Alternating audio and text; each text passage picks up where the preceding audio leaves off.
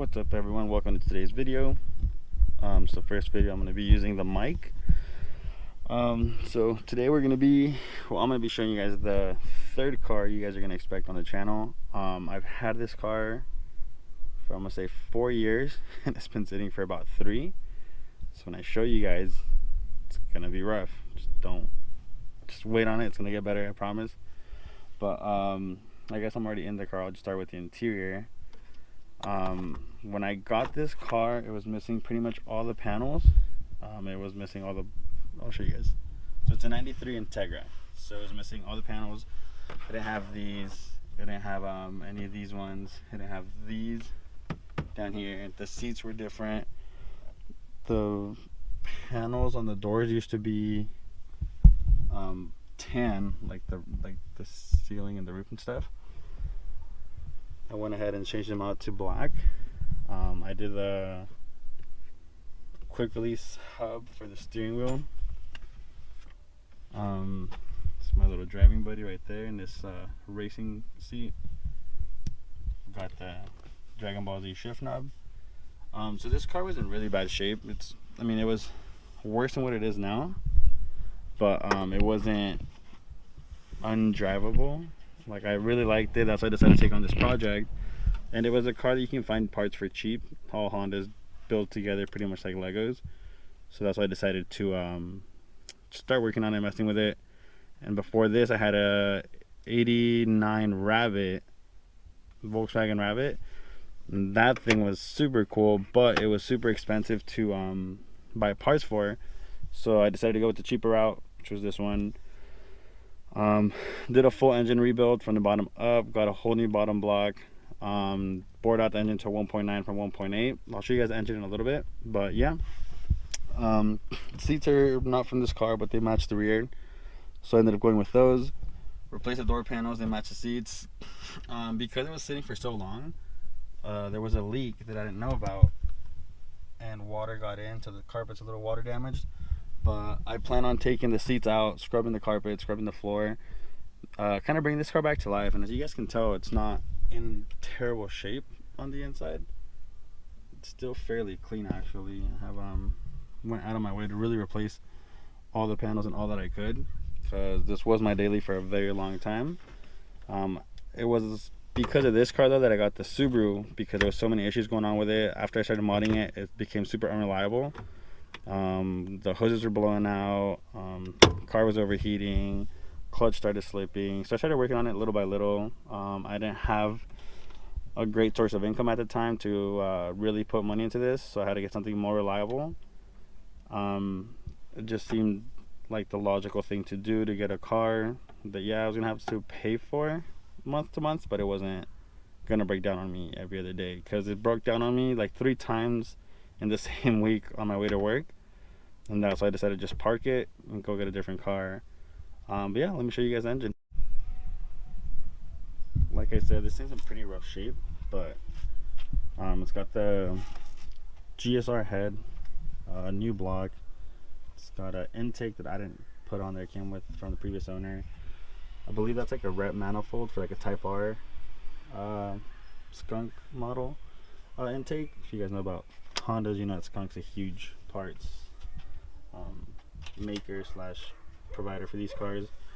Freaking amazing. But what I plan to do with this car is turboing it. I'm gonna turbo this. I don't know if I want to make it super fast, want to put a lot of boost, a little bit of boost. Haven't decided.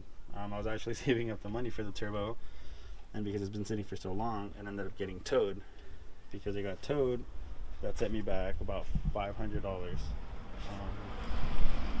That was pretty much all the money I was going to go to the turbo. But so far the car's got a whole engine done, like from top to bottom. It was bored out to 1.9.